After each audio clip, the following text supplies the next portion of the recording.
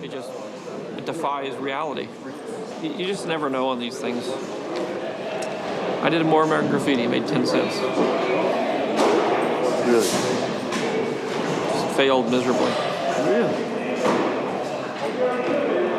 You can do it. You can destroy these things, you know. It is possible.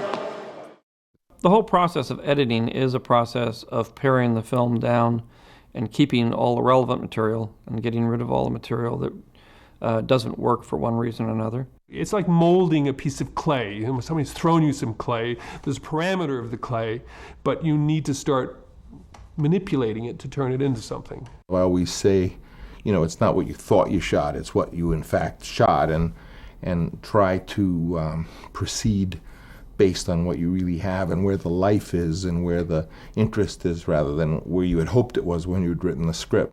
Every director faces this at some point. You critique your film and you realize perhaps that you just can't put everything in it you want to because it will weaken the storyline rather than strengthen it. Once you get the film cut into one piece and you look at it, inevitably there are things that the director falls in love with that really in the long run don't have much to do with the story. At a certain point in the evolution of the film, you have to stand back and say, what is there in this film that I like just because I'm me, that I have a personal attachment to, and what are the things in the film that are really essential for the film to tell its story? Is it relevant to the story, or is it taking us off on a sidetrack that I may like very much, but which the audience probably wouldn't be interested in?